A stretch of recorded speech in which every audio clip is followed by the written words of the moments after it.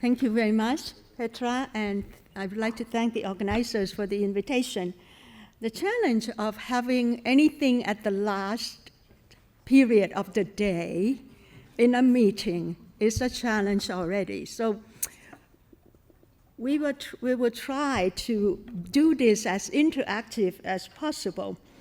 I will give a brief introduction, and that will be followed by a key message from the panelists who will give you like a flyover of the field. And then we will come back to a few questions and open up the floor for your interaction. So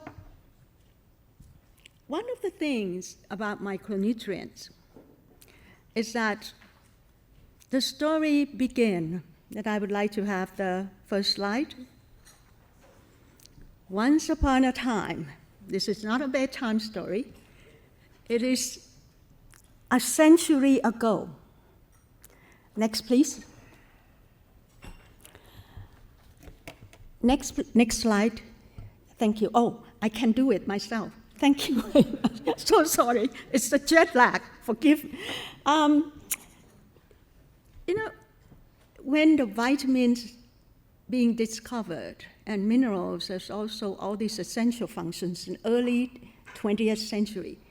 The addition of this nutrient into food vehicle commonly consumed by the population start in high-income countries. So you have heard the story of the salt with iodine, the margarines with vitamin A and D, flours and bread, vitamin Bs and iron, and later, enriched grain products with folate. And those come just for a purpose. And that purpose is to prevent deficiency of those micronutrients in severe scale. Now, we move to the low and middle income countries. In the 70s and 80s, now when I just started my graduate program, and I was just looking at that, the data just start to come out that they have problem of public health scale of these 4 micronutrients, vitamin A, iron, iodine, and zinc. So we always say we have the big 4, and then later other will join. But at that point in time, the seriousness of the problem in those settings demand action. You need to do something. People are dying, suffering.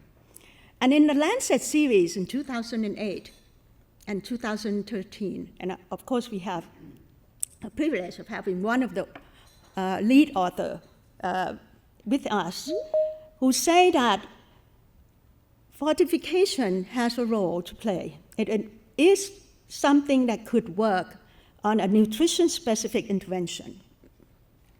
One of the areas that has been highlighted, first 1,000 days of life. So you don't just say what to do, but when should you capture it so that you can prevent those deficiencies. Now you take a look at the latest mapping. 126 countries in the world. The front runners, of course, is salt. The iodization of salt is the leading and front runners intervention in many mandatory salt fortification. That paved the way, and into, as you can see, the next thing you probably can guess, it's also coming neck to neck, the milled flour. In mandatories in that fortification of milled flour in 92 countries. So this is latest data that come from this food fortification initiative, you're interested. Now, there also has been a lot of talk about low middle income country where you eat rice, and that's where I come from, Thailand. So rice fortification just started, and only 8 countries mandated. It is difficult. Each village has their own mills for rice. So it's going to be, implication is that to apply that intervention, how are you going to control the quality and things of that fortification? And because they only eat what they grow in their home. So this is one of the issues we have to face. Now, what you have heard since the morning, and it struck me, the hunger and the malnutrition and the compound crisis. Has that remind you of something that happened last century somewhere? It started with that, with conflict, with the World War, with many of the crises. The difference is the timing, and there's also a series of shocks. Maybe the advancement of technology that we have. So what are we doing? The movement that say this morning, talking about how do we transform the food system, it is a very, very valuable call, but it will take time. And if hunger and malnutrition keep rising, who will go first? The vulnerable children and mothers. They start to die, and you have seen that news. What can we do? Shall we wait? They can't wait. The food fortification has come up, and somebody say, can we do something? Is it possible that we can bring that again, revisit it? Can it be part of the healthy diet? Can it be part of the solution? So this session is going to explore that question of micronutrient fortification amidst these challenges, and we have the stellar of experts in the panel. So let me introduce them. I have the pleasure and honor to introduce Professor Zulfiqar Bhutta from Center for Global CGIAR in Canada, Dr. Erick Boy, Harvard Plus, CGIAR, he's Canada too, Professor Matilda, Steiner, University of Ghana. And we have, do we have virtual? Is Michael here? Michael Zimmermann. He apologized, but he's okay. He's present. So we miss you, Michael, but it's a pleasure to introduce Professor Michael Zimmermann from ETH Zürich, and Professor Harjinder Singh from Massey University from New Zealand. So we really have been through the globe to find these experts to tell you their stories. So let me start by inviting each one of them to give you their key message. So we're going to have you going through the whole stories, and then we will come back to interactive discussion. Can I invite you, Zulfi, to please starting this? Right. Well, thank you very much, Emorn. You asked me to maybe perhaps set the scene and say a few words about the global significance of fortification. You've done a great job of that, by the way. But I wanted to start with, before I give you any facts and figures, with an anecdote. And the anecdote relates to my own grandfather, who was a surgeon. And he spent all his life working in the northern parts of then united India, but now northwest frontier. And one of the things that he specialized in was surgery of giant goiters. That area was endemic for iodine deficiency. And even when I was training in medicine in the 70s, early 70s, we used to see them all the time. And today, that disorder has virtually disappeared. You don't see goiters of any description outside of maybe puberty goiter and a few things here and there. Why? Because like childhood immunizations, the one egalitarian intervention that the government was able to put in place with limited resources was iodized salt. Michael's here, one of the people who's led that kind of work globally. But I'm just saying the benefits of fortification, when they accrue to the poorest of the poor, the most marginalized, who otherwise would not have access to the diets and the foods that they need to alleviate such deficiencies. And that's the promise of fortification. But unfortunately, it remains a promise. In 2008, when we did the first Lancet series on maternal and child undernutrition, we actually had to just put in a sentence in terms of modeling to say, well, folic acid is very important, but we believe we can't give folic acid pills to everybody, and therefore folic acid fortification is a strategy. 2013, when we did the next round of the Lancet series, it was a little bit better, but there were only about 4 or 5 such large-scale population evaluations. Now, more recently, when we have looked at large-scale food fortification, which is basically of staples, the evidence has grown, but it's pitiful. It's small. And we, as a global community of public health professionals and people working in public health nutrition, ought to be doing a lot more to get this out there. And the evidence is compelling. When you have large-scale staple fortification with iron, you're able to reduce iron and folic acid, you're able to reduce deficiencies by a fairly significant percentage. In non-targeted form, our systematic review indicates you can reduce it by almost 38, 40%. And if it's targeted, it's a lot more. It can get to people, particularly marginalized populations, far better than getting any other kind of health intervention or diversified diets out there. And you can get this pretty rapidly through basically legislation and government regulation. You get into the problem generally with young children, children under 5, because large-scale staple fortification does not get to those children, and we've shown that quite convincingly in our systematic review, because there's a funnel. The impacts are much wider with older age individuals. They're much less with younger children. And there, the current global challenge is really fortification of complementary foods, which needs to be at large scale. It's not the same as large-scale staple fortification, but it needs to be translated into strategies in countries where you can get fortified complementary foods to young children. They don't all necessarily have to be at the high end, but every country has got to find a solution to provide diets to their young population at this stage, which by and large is one of the major drivers of growth retardation. So let me finish by saying that of the global challenges that we face in fortification today, Emorn, one of the biggest is one of scale. We don't have that at scale. The second is really proper monitoring and evaluation in terms of its impact.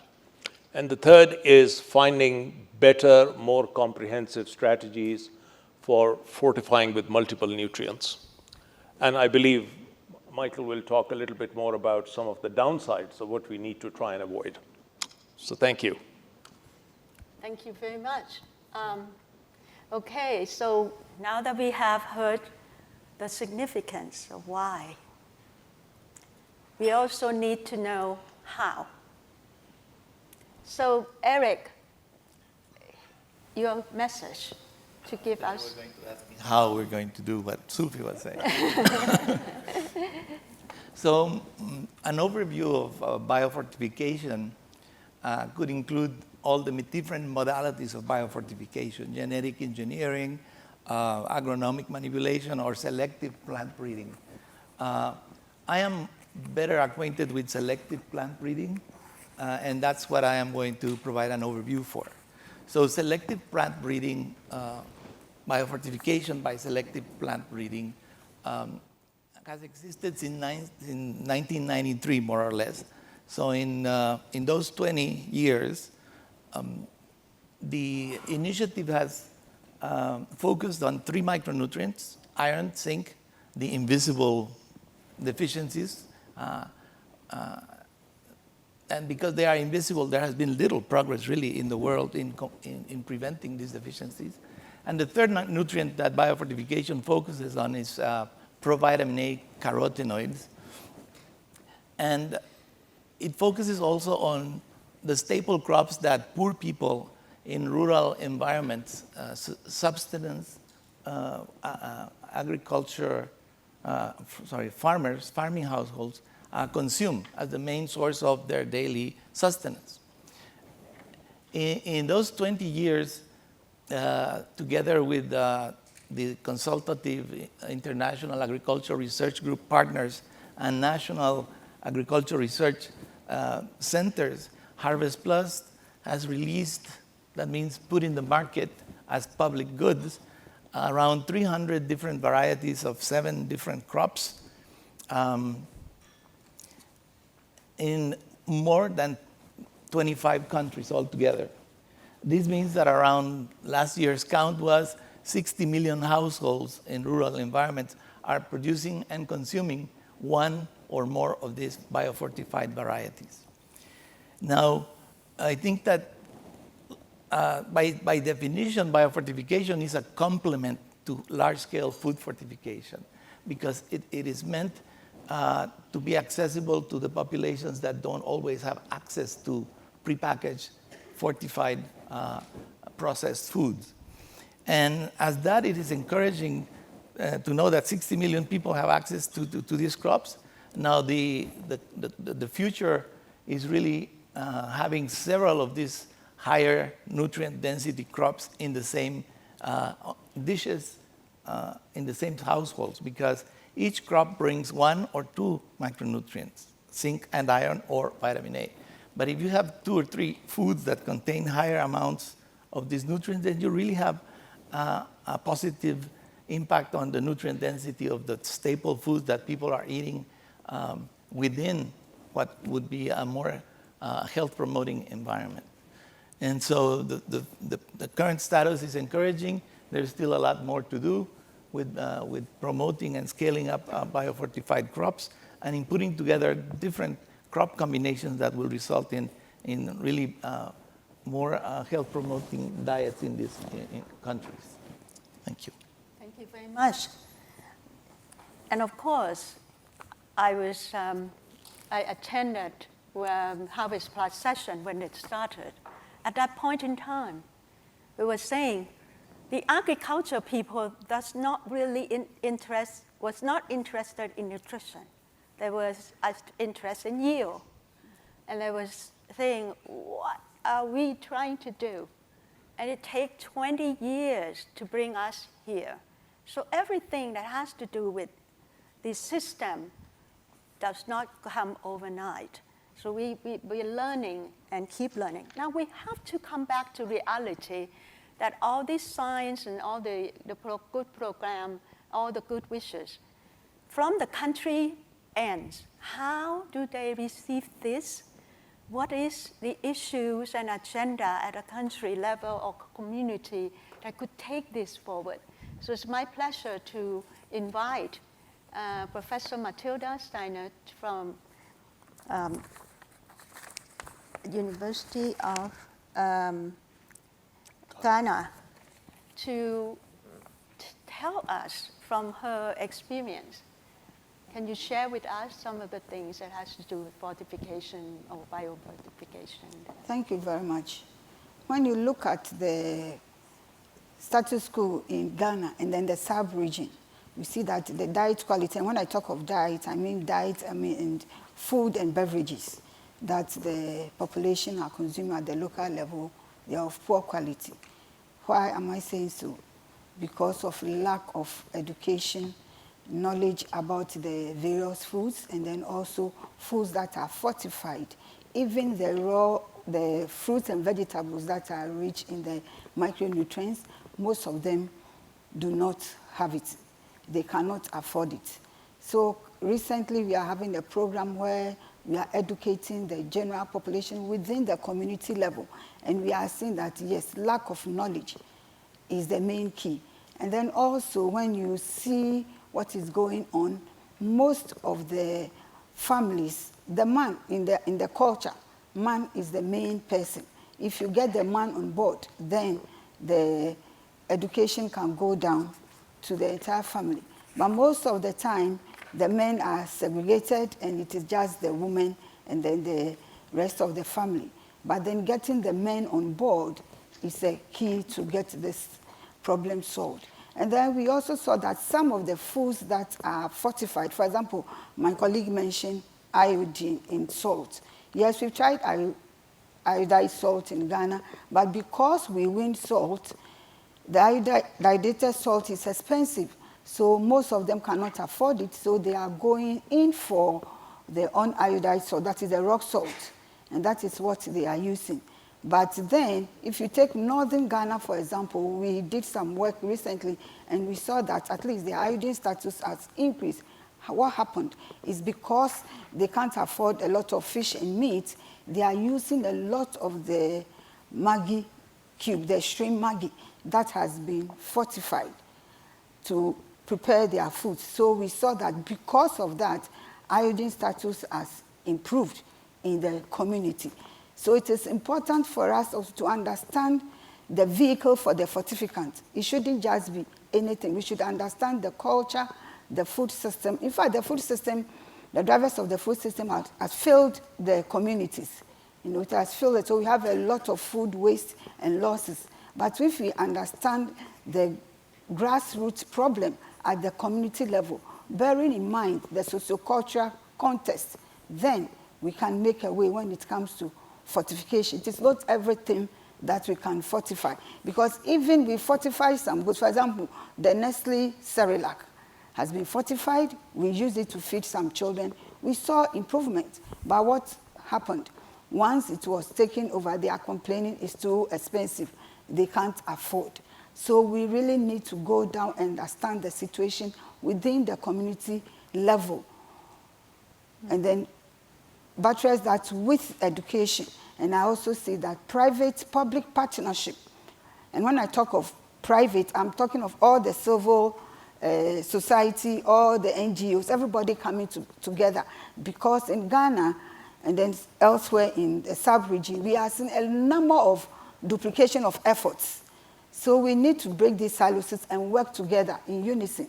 I see that is where we can get this micronutrient deficiencies to go down, because we are really seeing a lot of deficiencies when it comes to iron.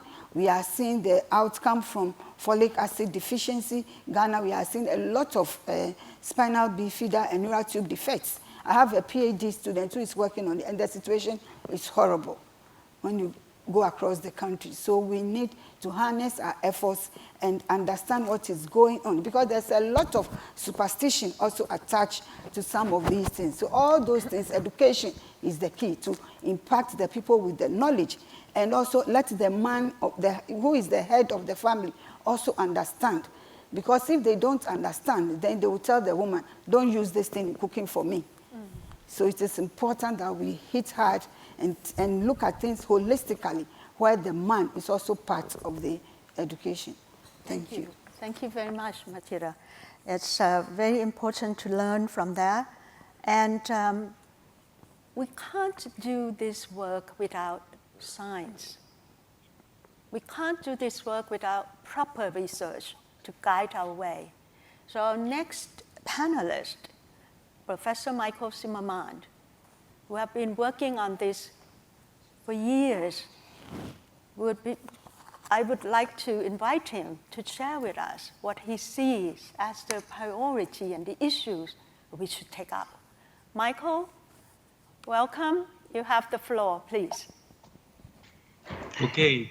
Good afternoon, everyone, and thank you very much, Emorn and Petra, for the invitation to join this exciting symposium. I'm sorry I cannot be there in person today, but I'd like to emphasize, I think, that in the context of preserving nutritional value, as we try to move toward mainly plant-based diets, I think it's important we keep our eye on the key issue of iron and zinc bioavailability. Now, you all know that animal-based foods provide very well absorbed iron, and these foods are the major source of iron absorbed from mixed diets, even when consumed in relatively low amounts. And simply adding more iron or zinc to plant-based diets through fortification may not necessarily result in clinically meaningful absorption or health impact. Now, Emorn has shown us that 92 countries have introduced mandatory fortification of staple cereal flours with iron, and there is also increasing fortification of processed foods by private industry. Yet anemia rates remain stubbornly high around the world among women and children. Remarkably, the global prevalence of anemia in women has not changed over the last 20 years. It's 31%, the same as it was in 2000. There's been no significant decrease in anemia in Africa or Southeast Asia. Now, a World Health Assembly target is a 50% reduction in anemia in women by 2025, and we've actually made no progress toward this goal, despite widespread food fortification in many countries. Now, why is this? Does iron fortification of foods work? Well, surprisingly, as Zulfi has mentioned, there's very little high-quality evidence. And I'd like to disagree somewhat with Zulfi's optimistic view in regards to iron. A 2020 Cochrane review concluded that low-grade evidence shows, and I quote, consuming food items prepared from wheat flour fortified with iron has little or no effect on anemia, makes little or no difference to iron deficiency, and may or may not improve hemoglobin concentrations. As Zulfi mentioned, the most recent data do suggest some benefit on hemoglobin concentrations. Now, although there are many likely reasons for this, including poor implementation of many programs and poor monitoring, I believe one of the main reasons is that fortificant iron is very poorly absorbed.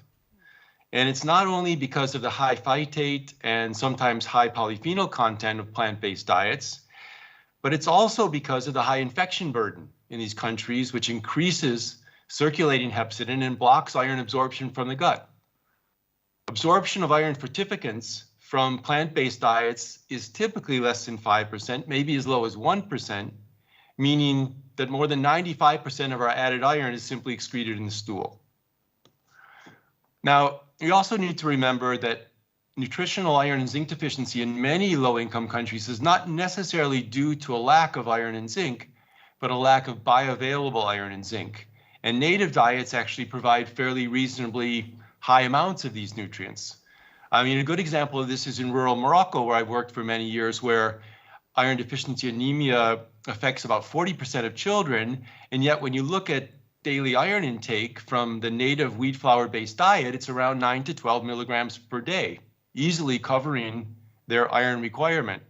But 97% is plant-based non-heme iron. It's absorbed at about 1 to 2%. So many children remain anemic.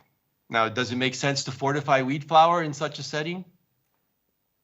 Also, simply adding more poorly absorbed fortification iron may actually be detrimental in terms of the gut microbiome and diarrhea, possibly other infections too. Zulfi has led the way in showing the potential adverse effects of iron fortification in infants. We need to keep in mind that diarrhea is a leading cause of death in children in Africa, with 300,000 deaths per year. And iron fortification or supplementation at the level of the RNI appears to increase risk of diarrhea by about 15%. So to conclude, I'd like to suggest that the decreased mineral bioavailable as we move toward plant-based diets may not be easily countered by simply more fortification as usual. I think we need new technology-based solutions. We need new iron compounds and combinations of iron with enhancing substances, which can be well absorbed and safe, even in the face of high phytate and inflammation, in order to have real impact. And it's really good to see that research by both academic and the private sectors is moving in this direction. So thank you very much. Thank you very much. That's very, very helpful.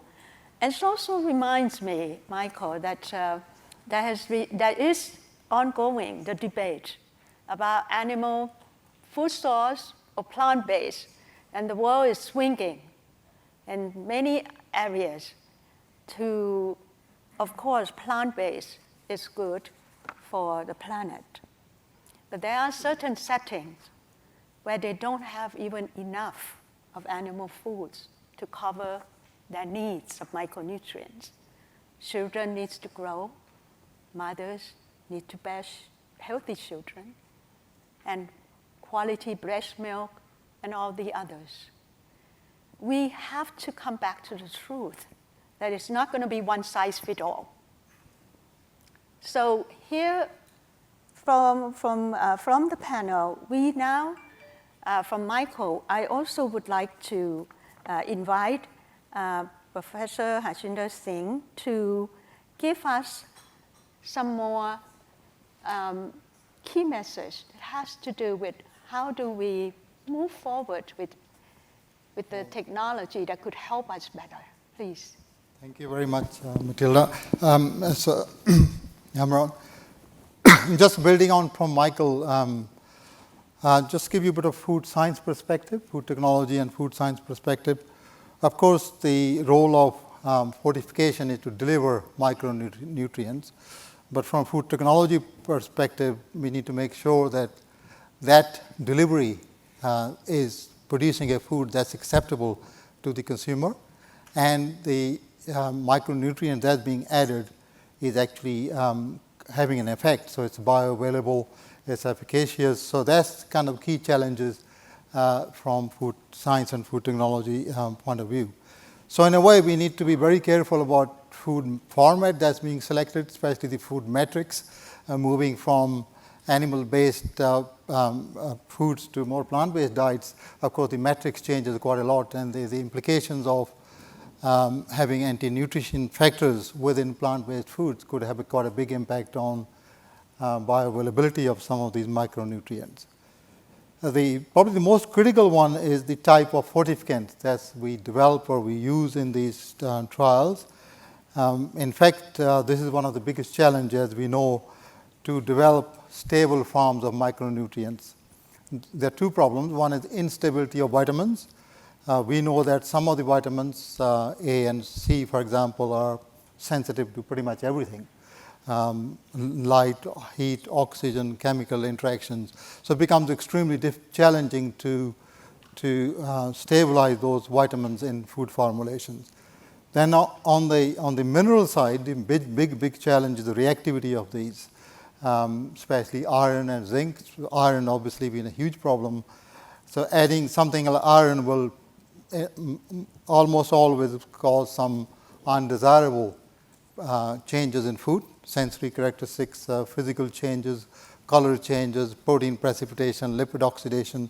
So multiple changes. We have actually been working with Nestlé to develop new forms of iron that are quite bioavailable and had a good stability as well, at least in a range of products. The new product was launched earlier this year, the Ferry Pro, as we know. So that's been a great experience to work with Nestlé to get to develop something like this. Has been a fantastic opportunity.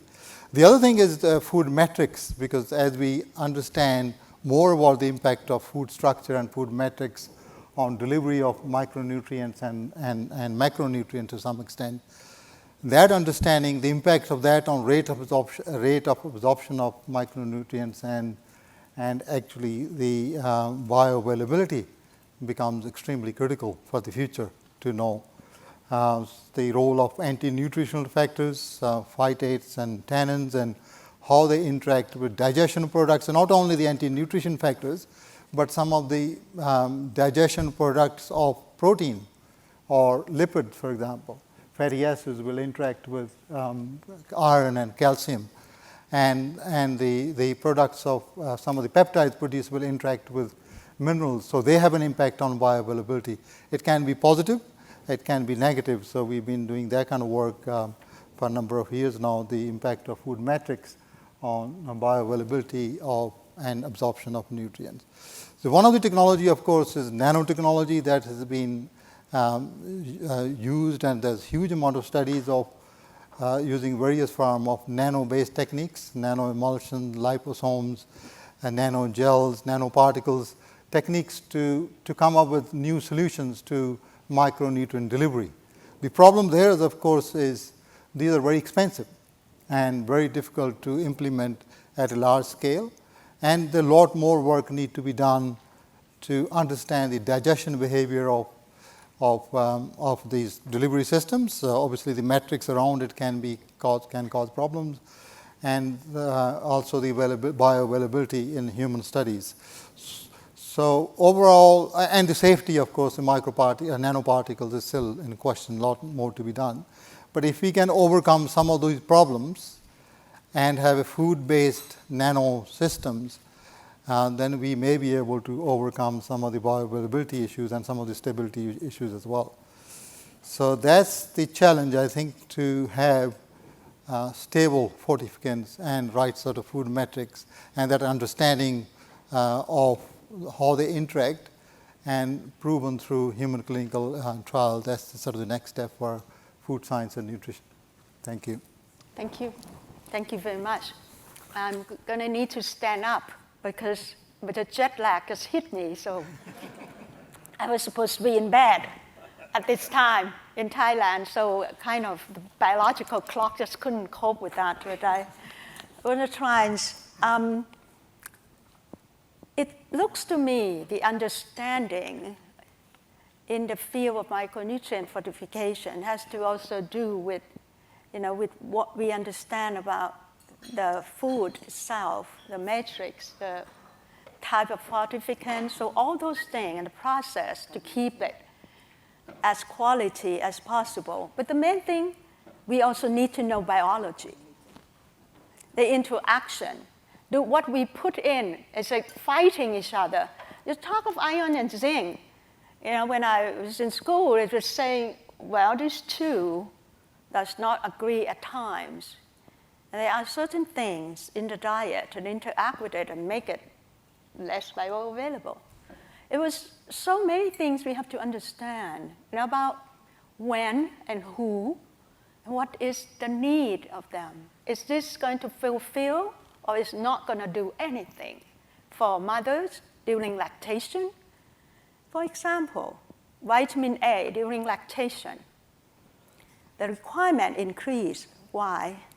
During pregnancy, because of teratogenic effect of excess. The body keep it all low, transfer to placenta and the body of the embryo to keep the baby safe in the womb. Very little vitamin A goes there. But during lactation, full stream, pull everything from the stores. So mother during lactation would need it much more. So some of these things we need to know just because before we do this. I would like to take this moment to invite the audience to interact with us. Because, as Matilda said, we need all hands on deck. It's not any one of us, it's all of us. Please. Yeah, so thanks a lot for a great overview. And so from own experiences and quite a bit of work together with Michael, I experienced that engineering methods can be quite advanced to be applied, but the affordability is the problem, when we did triple fortification of salt and things like that.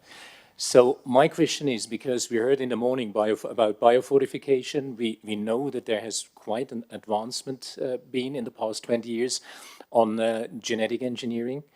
And I remember, so the golden rice is still in the box. So when a colleague of mine, Ingo Potricus, was developing this, it was very controversially discussed. So have we approached this type of, let's say, fortification by genetic engineering? Is there new view angles on this, or where are we? Could this solve the problem of larger scale of bioavailability? Is this an approach which is not become very visible to go into this direction? But what are your feelings about that? Is this a way to be fostered, or how do the specialists in fortification look at that? Well, thank you for the questions regarding genetic engineering, like provitamin A rice, golden rice, which is already being grown in fields in the Philippines and will soon be, put in markets. And then the high zinc and high iron rice that Erick is developing. It is in advanced stage of development too. Now the idea was to stack the two high provitamin A and high mineral traits into one, and then market that in Bangladesh or in Philippines. But the problem there is funding. The initial donor of these two initiatives decided that it is no longer a priority, and so they will pull out. And other than that, there are no major advancements in the development of genetically engineered high micronutrient staple crops. And insofar as improving the bioavailability for the minerals in any of the crops, biofortified crops, what we are looking into is the low phytic acid trait in common beans. And we're looking at the beans because that seems to be the only species that doesn't suffer in yield when you lower the phytate. If you lower the phytate in any other cereal, you also will lower the yield. But beans seem to be a little more resistant to that. And so there are some Italian varieties that we're crossing back into commercial varieties in Colombia. And the other avenue is working with high phytase wheat, but the contents of phytase in the wheat seed bank that are available doesn't have enough to really decrease the phytate when you cook the wheat. So that's what I know about progress in those two areas. Thank you. Michael, you have any addition to that question about genetic engineer fortification? No, I don't anymore. Okay. Thanks. Thank you. I think I saw hands. Yes, please. Look, I like a lot the discussion around bioavailability. And Michael, if I remember right, your research is even showing it's not even neutral. If you have a low bioavailability, you can have adverse effects when it comes to the colonic microbiome. So I think it can be even detrimental, if I recall it right. But I want to raise another point which is linked to the bioavailability, which is regulation, which is claims. Today, fortification claims are based on content. And it doesn't matter which iron you put in the product. Also, it might make sense in terms of cost in use, but you cannot consider in the claim today the bioavailability. Our head of regulation is also sitting here. I think it's really a big issue. And I think together we need to push a bit regulators also to consider bioavailability. It doesn't help to put a nail in the product and to claim that you have the content of iron in the product. That is not helpful. So what we did together with Professor Singh and was marvelous, but it cost us at the end also quite some effort because it was a more expensive compound. Cost in use still fantastic, bioavailability much better, no interference with the product, but we had to do some marketing around it to explain it. Marketing in a positive sense that we explain the bioavailability, and that's an effort. Now remember a small Maggi cube. You cannot print a lot on this cube. So how do you explain that if you have a pouch of milk powder, you can maybe still do? So regulators should be a bit more restrictive when it comes to bioavailability. It would be helpful for the consumer and also for the entire industry. Yeah. I think those are a very good point. Michael, that's for you. Would you like to add? Yes, please. Sure. Just to say, I couldn't agree more that that some kind of context of bioavailability when adding iron to foods in terms of labeling would be really important. I mean, it's been globally recognized that bioavailability can vary strikingly, from different iron compounds in different foods. And so I would agree entirely with a move toward more nuanced labeling that includes some estimate of bioavailability. I think one thing that I know Nestlé has done is constantly looked for potentially more costly, but more bioavailable iron compounds for their products. And I know that that doesn't always pay off in terms of marketing because it's difficult. So I agree completely with the comments. Thank you. Can I add to that? I totally agree. I think it sort of goes beyond that as well, because as we begin to understand the impact of food structure and the matrix impacts, and everything kind of changes, the content actually doesn't quite work. I mean, it's obviously not only the total amount of nutrients that's available, but also the rate of delivery of that nutrients, rate of absorption is becoming very important. The understanding of that, we've seen obviously low GI, high GI products having quite a different impact on the physiological outcomes. So that sort of the regulation had to really consider the physical characteristics of the food in connection with absorption as well. So the content actually, it has to change. Totally agree with that. Erick, And I please. disagree with making the labels more complicated because a certain content of iron, let's say in beans, might be more or less bioavailable depending on the other foods that you eat them with, right? So if you mix a little bit of beef with those beans that have 3 to 5% bioavailability, what you claim in the label will not be true anymore. You will be absorbing 7 to 9%. And under efficacy conditions, at least biofortified high iron crops like beans and pearl millet, they do work. They improve iron status, they improve cognitive performance and physical activity. It's under effectiveness conditions, under programmatic conditions where you have to really investigate why it's not working as well as it does when the conditions are controlled.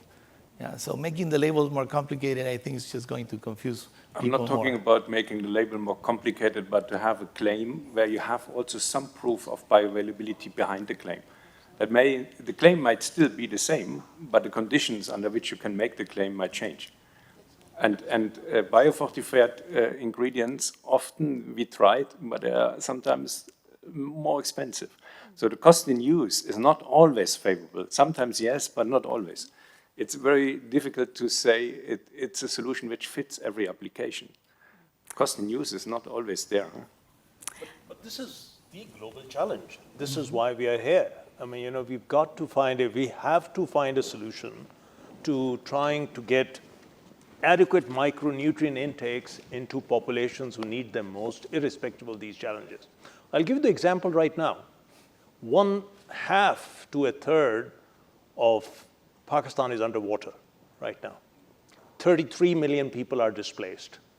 They are the poorest of the poor. They're people from the riverine populations. For the next 6 to 12 months, based on my own experience of the 2010 floods, they're not going to have access to any kind of products that are of nutrient density or diversity or the kind of diets that are available to people in urban settings.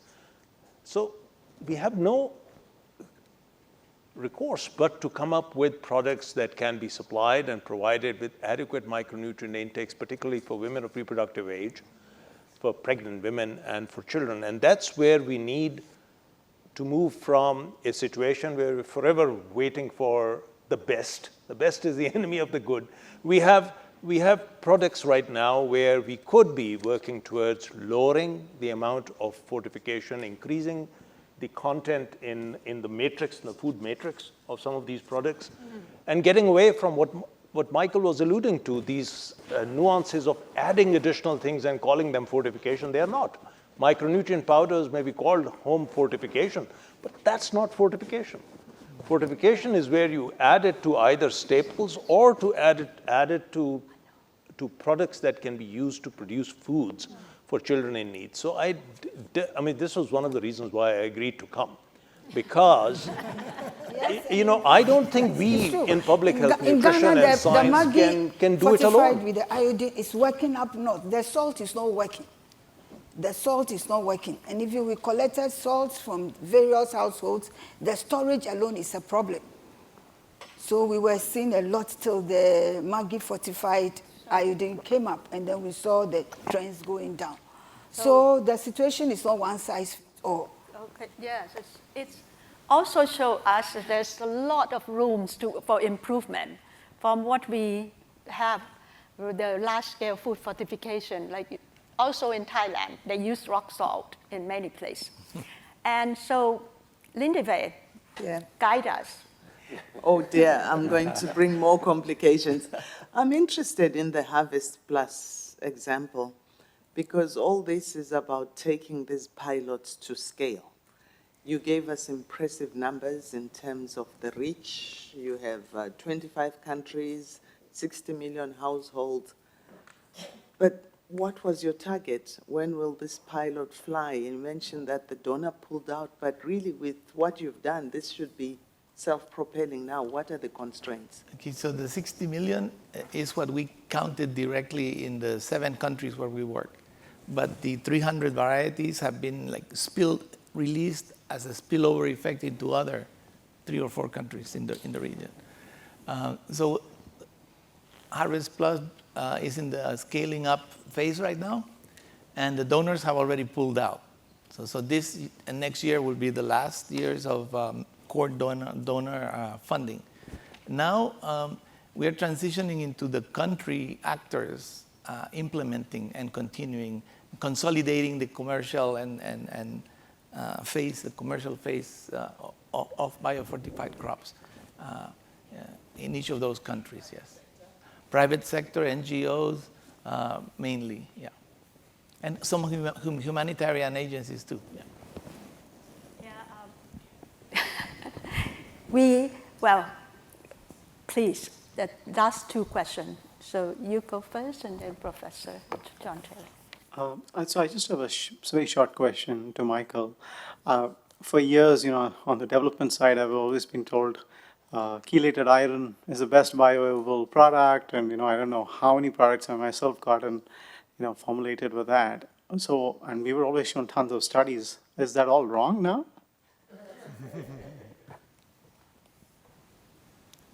No, I agree that the most promising form of iron so far that's in wide use in high phytic acid diets is chelated iron, for example, sodium iron EDTA.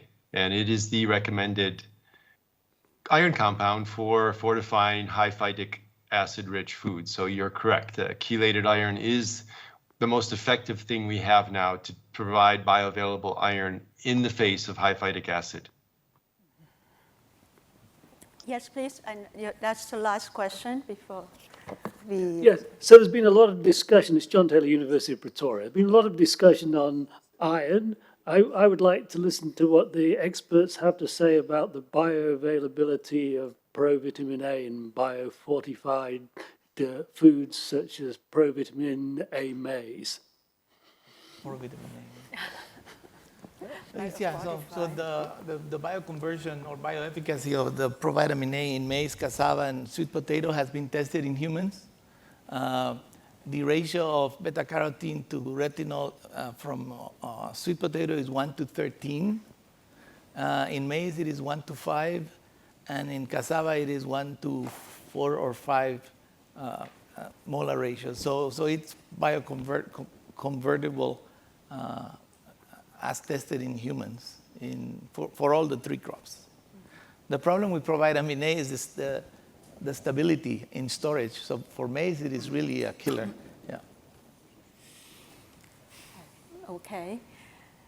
That bioconversion is part of my nightmare over the years that I work with that, because it's not the same from condition to local context and what you're eating with.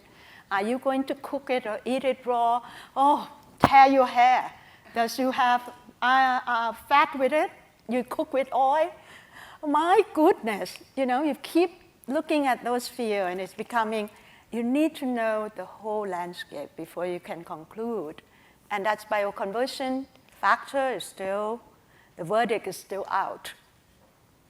Between FAO, the WHO, and the IOM, they look at it differently. So here we go. A lot of work cut out for us, but thank you for chiming in. I would like to, before we end, to invite the expert panel to give their concluding thought. So, well, we'll start with... Reverse order. You want to? We can do that. And so Harjinder, then we come Michael, we can go this way. Harjinder, your concluding thought. So what's the way forward? How do you see we're going forward with this? Yeah, as mentioned earlier, that obviously sustainability, as we move toward more sustainable plant-based diets, and this is going to create a big micronutrient gap, as we know. Some of the work we have done in our group on the modeling suggests that there will be like a 45, if you eliminate all the animal products, let's say tomorrow, so there's going to be something like 45 to 70% gap in calcium, iron, and zinc. Only 1% of the B12 will be available from food sources, from world's food sources. That doesn't mean you cannot, that means need for fortification or looking for other solutions. Diversification of dietary sources, food-to-food fortification. We need to look quite in an innovative way to fix these problems as we move towards more sustainable options. And the understanding, in terms of science, the understanding of bioavailability, the metrics effect, how we optimize those aspects to deliver optimal nutrition is the key for the future, I think, from food science perspective. Thank you very much. Michael, the floor is yours. Your concluding thought, please. Okay, thanks, Emorn. I mean, I think particularly in the context of the discussion this morning, which was fascinating, it's clearly critical that as high-income countries, we reduce our production, reduce our dependence or our production of meat, milk and eggs in general to reduce risk to human health and the environment. But I think we shouldn't forget that for many low and middle income countries, livestock represents fundamental sources of food, nutrition, livelihoods, jobs, income, savings, and much more. It's estimated that in many low and middle income countries, the livestock sector is a key contributor to national economies. In some countries representing up to 80% of the agricultural domestic product. So livestock actually represents a potential pathway out of poverty and is essential livelihood for millions of people in Africa, and probably would be the most sustainable solution to correcting iron deficiency, anemia, and zinc deficiency. So yeah, I mean, so I think when, and not only that, but many international organizations actually recommend to diversify diets in low-income countries by adding animal products, milk, eggs, and meat to children and women's diets. You know, animal-derived heme iron is about 5 to 10-fold greater absorbed than plant-based iron, and these are, of course, excellent sources of complete protein. So increasing consumption of these animal-based foods in the African setting has clear benefits in terms of reducing anemia and improving growth, perhaps. You know, many experts in Africa have suggested that developing and encouraging small and medium-scale livestock sector could be one of the best ways to alleviate poverty and help feed the continent. So I think it's, especially in the context of the discussion this morning, I think it's important that future policy and research in this space should consider this conundrum, essentially, where one group of experts is encouraging development of livestock use in Africa in terms of health and economic benefit, while others call for reducing global dependence on livestock as a critical public and environmental health issue. Thank you. Thank you. Matilda? Yeah, for me, I think education that will result in sustainability is the key, and going down to the level of the populace, that it is not always English. If we can have education going on in the local languages where we also get everybody on board, especially the media, that they can reach where all of us sitting here in this room cannot reach, the media can reach there. So then this is where private partnership comes in, so that there will be funding to help to reach the people so that they can understand. If they understand what they are using their money to buy, I think that is what will encourage them. But if they don't have any clue, then they will forget it, because most of the time funds are not available, and therefore we cannot reach the people who need it most. So we need to work together instead of working in silos so that we can reach the most vulnerable. And we should look at it from sociocultural context, and then without leaving anybody behind. Because if you look at SDG 2, it said elimination of malnutrition for all, zero hunger.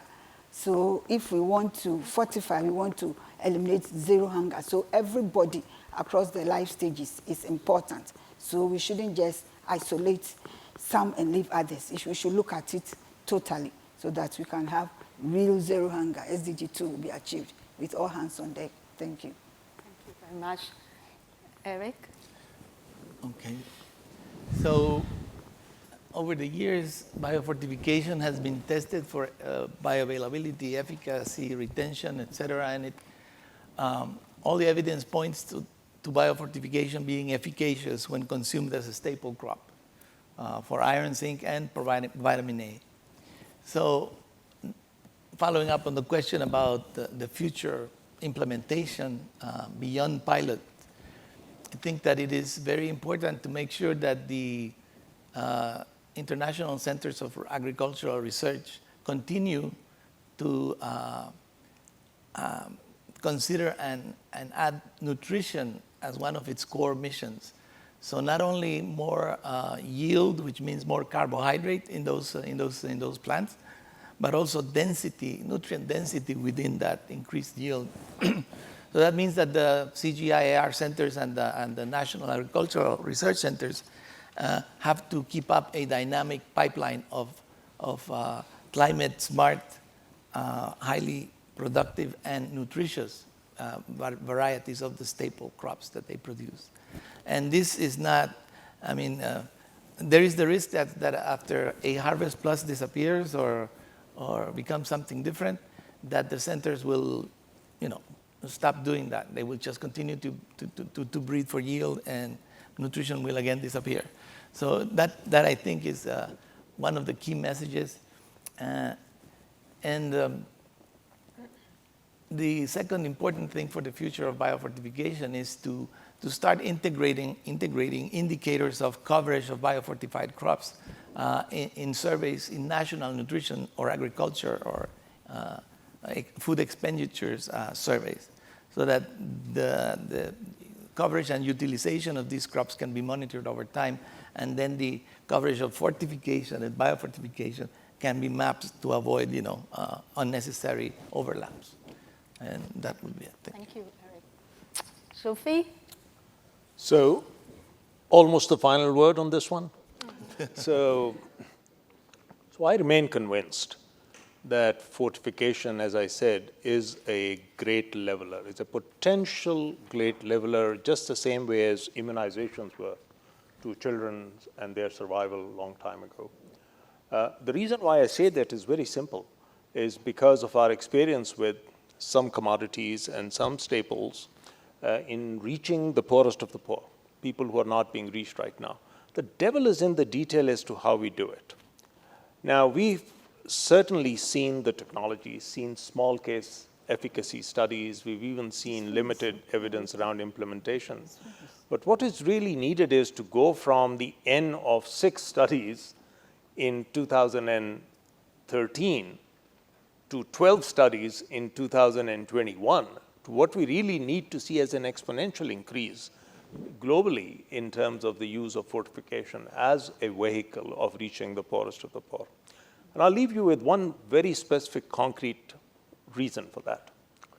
If you look across the world, there is global consensus on breastfeeding young children till 6 months of age. I was part of the WHO committee that made those recommendations, almost 2.5 decades ago. They remain. But there is zero consensus on what needs to happen after 6 months of age.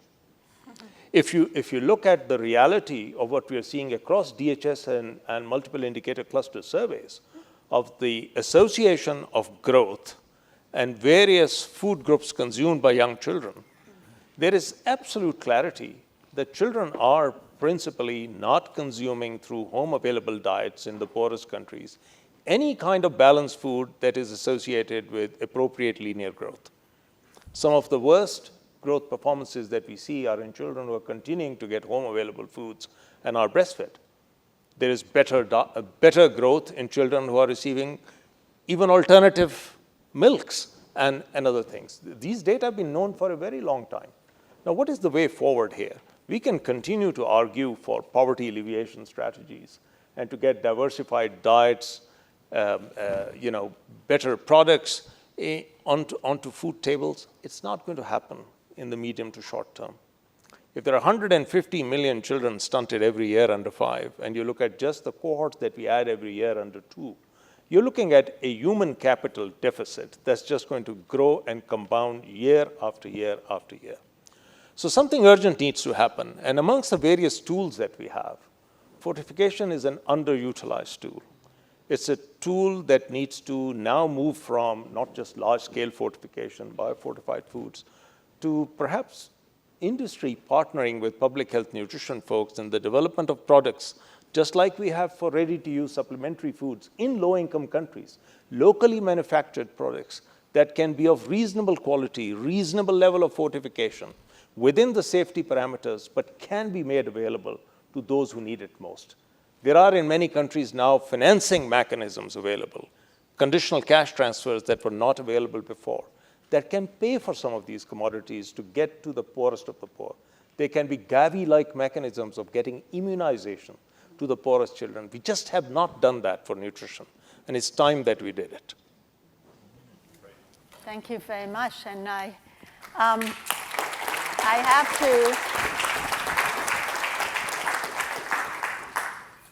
have to say that for my concluding remarks is thank you very much. For panelists, all 5 stellar panelists we have, it seems to me that we can breathe life into this century-old intervention, make it much more relevant, better. So there's a hope there that we could start, and the time starts now. So with that, I would like to thank all of you, the audience, who still stay awake. I know I'm so sleepy, but I'm so thankful that you all pay attention to this session, and thank you for your attention. An apology to Isabel for taking a little of your time for that, and thank you.